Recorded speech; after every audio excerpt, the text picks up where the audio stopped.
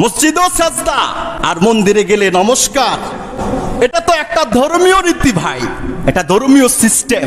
ধর্ম যার, উৎসব তার, ধর্ম যার সে পালন করবে। ধর্মের ব্যাপারে কোনো ছাড় দেওয়ার কোনো সুযোগ নেই। কেন? এটা তাওহীদের প্রশ্ন, এটা ইমানের প্রশ্ন।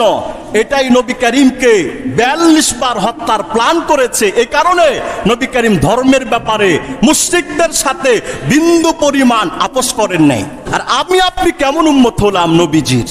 নবীজির সুপারিশ পাবো কোন আশায়? যে আমার মুখে যদি এইরকম কুফরি বাক্যগুলো শোভা পায়। এই দুর্গা পূজা না আসলে এটা আমরা বুঝতামই না যে দুর্গা পূজাকে কেন্দ্র কইরা 1-2টা ভোটের জন্য ও যে ইমান বিক্রি কইরা দিতে পারে, এই পদ্ধতি না আসলে আমরা বুঝতে পারতাম না। ঠিক না বেটি? কথা বলে। এরকম হাজার হাজার ভিডিও লিংক এখন ভাইরাল হয়ে গেছে। এক একটা মুসলমান দুর্গা পূজায় গিয়ে এমন এমন কথা বলতেছে, যে কথা বলার দ্বারা সে সাথে সাথে বেঈমান হয়ে যাইতেছে।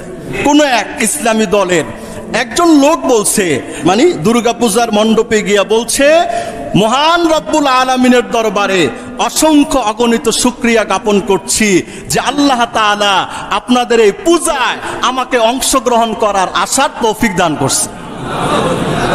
এবার বলেন ইমান আসেনি? আরেকজন বলছেন, কোন এক ইসলামী দলের লোক, যে পূজা আর রোজা মুদ্রার এই পিঠ আর ওই পিঠ। 5 টাকা যখন আপনি কাউকে দিবেন, মুদ্রার এই পিঠ ওই পিঠ।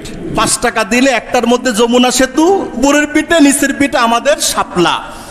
আপনি যদি কাউকে দেন 5 টাকা, তো উপরের পিঠও দেন নাকি শুধু নিচের পিঠও দেন? দোনো পিঠ দেন না?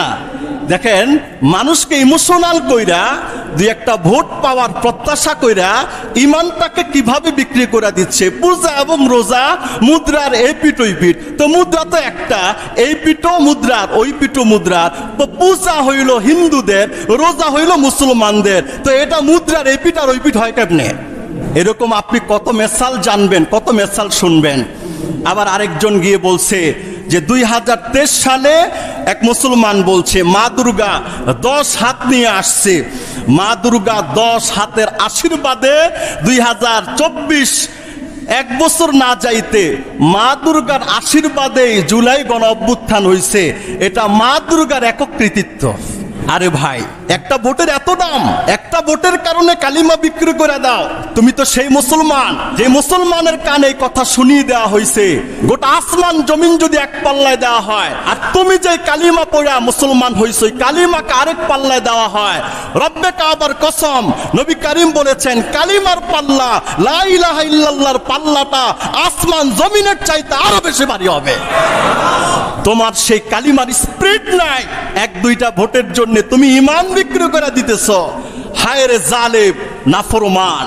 কাকে বলে, কয় প্রকার, কি কি, এই চিত্র না দেখলে আমরা বুঝতাম না। আর এরকম নজির তো আপনি হাজার হাজার পাবেন। এই যে গেল দুর্গা পূজা গেল, এরকম হাজার হাজার পূজা মণ্ডপে ওরা যা, তার চাইতে মুসলমানের সন্তানরা আরো বেশি। ঠিক না বেঠিক? কথা বলেন।